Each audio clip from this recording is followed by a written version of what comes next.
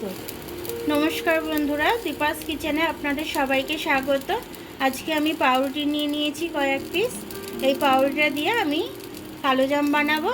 তো চলুন কিভাবে বানাই দেখে নিই। পাউরুটিগুলো আমি ছিঁড়ে নিলাম। আমি একটু গুঁড়ো দুধ দিয়ে দিলাম।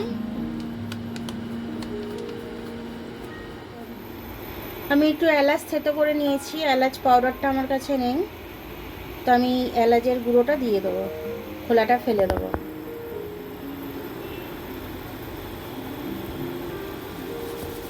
মিষ্টি জিনিসে একটু নুন দিতে হয়, একটু নুন দিয়ে দিলাম, নাহলে টেস্ট আসবে না।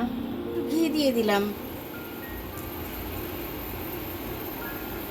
আমি এর মধ্যে গুঁড়ো দুধ দিয়েছি, তার জন্য এখানে উষ্ণ গরম জল নিয়ে নিয়েছি।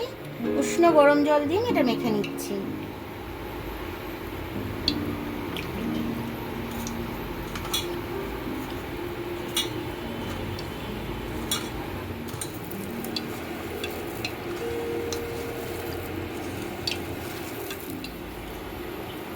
এবার আমি গোলগুলো পাকিয়ে নিচ্ছি।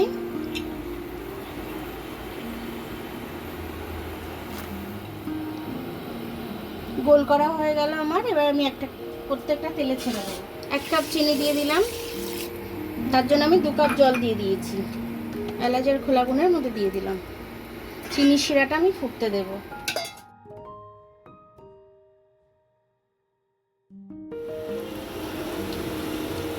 ডুবো তেলে ছেড়ে দিলাম আমি। এবার এগুলো ভেজে নেব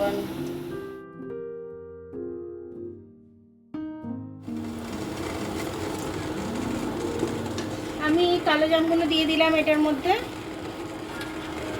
শিরাটার মধ্যে আমি দিয়ে দিলাম। আমার 1 তার কিংবা 2 তার কিছুই চাই না। আমার এটা নিভিয়ে দিলাম। নিভিয়ে দিয়ে আমি 2 ঘন্টা আমাকে এটা রাখতে হবে, এটা তাহলে রসটা ভালোভাবে টেনে নেবে। দেখুন আমি এটা রস খাইয়েছি, 2 ঘন্টা হয়নি, তাও আমি তুলে নিচ্ছি।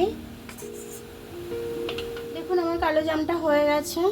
কালো জামটা পাউরুটি দিয়ে করেছি, বুঝতেই পাচ্ছেন কেমন হয়েছে, নরমও হয়েছে আর খেতেও টেস্টি হয়েছে। তো আপনারা এরকম ঘরে কেউ আসলে পরে চটজলদি বানিয়ে দেবেন, ঘরে পাউরুটি থাকলে। ভিডিওটা দেখার জন্য অনেক অনেক ধন্যবাদ। আমার ভিডিওটা যদি আপনাদের পছন্দ হয়, লাইক, সাবস্ক্রাইব, বেল আইকনটা একটু টিপে দেবেন। যদি ফেসবুক থেকে দেখেন তাহলে লাইক আর ফলোটা একটু করে দেবেন। আর আবার কাল দেখা হবে নতুন রেসিপির সাথে। ততক্ষণ আপনারা ভালো থাকবেন, আমি আসছি।